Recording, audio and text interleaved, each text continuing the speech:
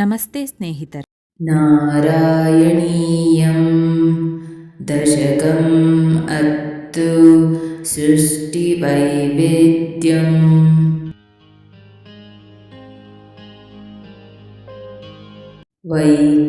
ವೈಕುಂಠವರ್ಧಿತ ಬಾಲೋತ ಭವತ್ಪ್ರಸಾದದಂಬೋಜಯೋನಿರಸೃಜತ್ किल जीवदेहान् स्तास्नोनि भूरुहामयानि तथा तिरश्चां जातिं मनुष्यनिवहानपि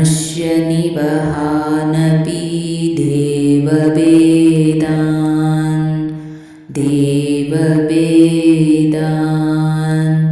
मनुष्यनिवहानपि देववेदान् मिथ्याग्रहास्मि मतिराग विकोपभीतिरज्ञानवृत्तिमिति पञ्चविधां ससृष्ट्वा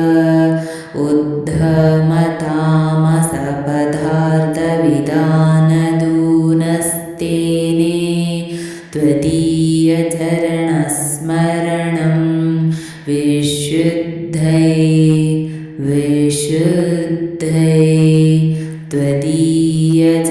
त्वदीयचरणस्मरणं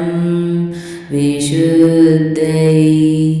तावत् ससर्ज मनसा सनकं सनन्दं भूयः सनातनामुनिं च सनत्कुमारं ते सृष्टिकर्मणि तु तेन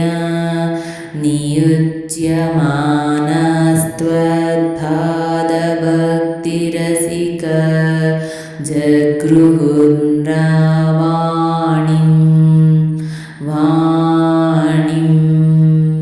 तावत् प्रकोपमुदितं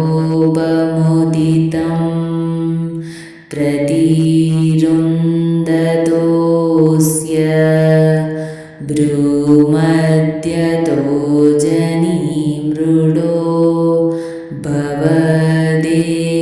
भवदेकदेशः नामानि मे कुरु पथानि जह विरिञ्चेत्यादौ रुरोद किल तेन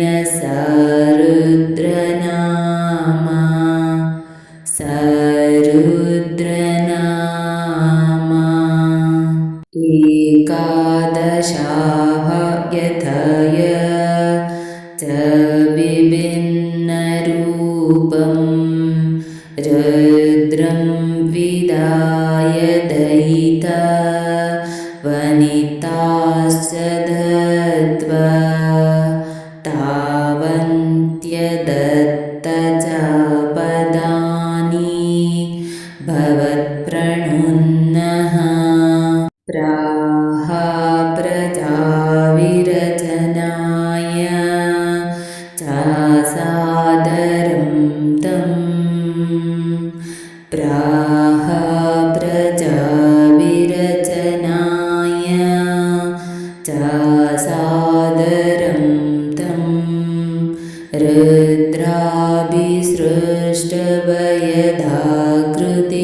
रुद्राभिसृष्टभयदाकृतिरुद्रसङ्ग सम्पूर्यमाण भुवनत्रयभीतचेतः माम प्रजासृजतपश्चरा मङ्गलाये त्याचष्टतं कमलाभूर्भवदीरितात्मा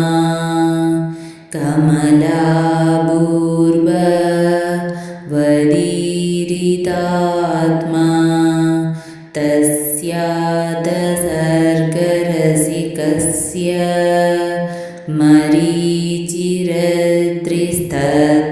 मरीचिरद्रिस्तत्राग्निगरः क्रतुमुनि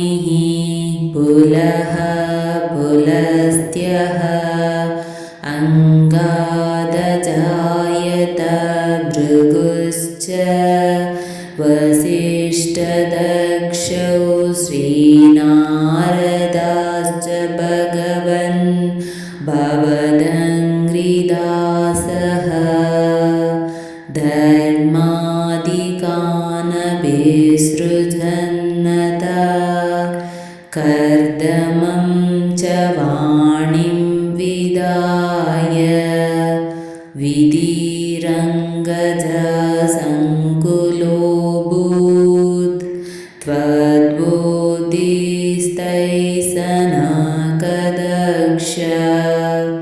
मुखैस्तनुजैरुद्बोधितश्च वीररामतमो विमुञ्चन् वेदान् पुराणनिवहानपि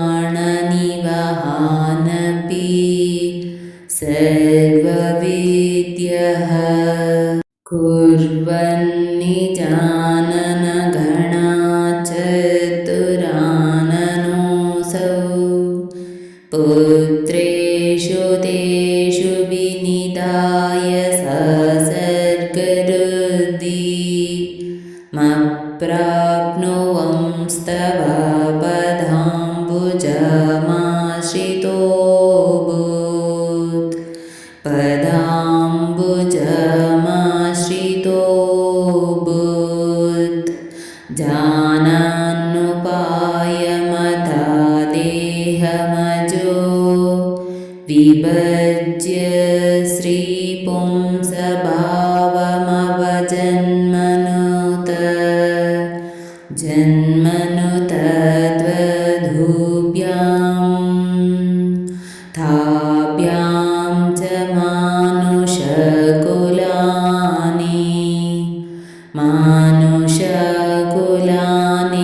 विवर्धयंस्त्वं गोविन्द मारुतापुरेश गोविन्द मारुतापुरेश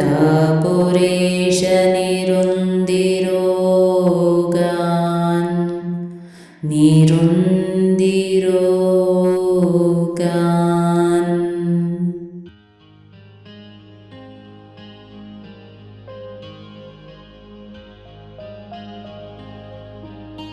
ಸ್ನೇಹಿತರೆ, ಈ ವಿಡಿಯೋ ಇಷ್ಟವಾದಲ್ಲಿ ಲೈಕ್, ಶೇರ್ ಅಂಡ್ ಕಾಮೆಂಟ್ ಮಾಡಿ. ಮುಂದಿನ ವಿಡಿಯೋಸ್ಗಳಿಗಾಗಿ ಚಾನೆಲ್ ಅನ್ನು ಸಬ್ಸ್ಕ್ರೈಬ್ ಮಾಡಿ. ಧನ್ಯವಾದಗಳು.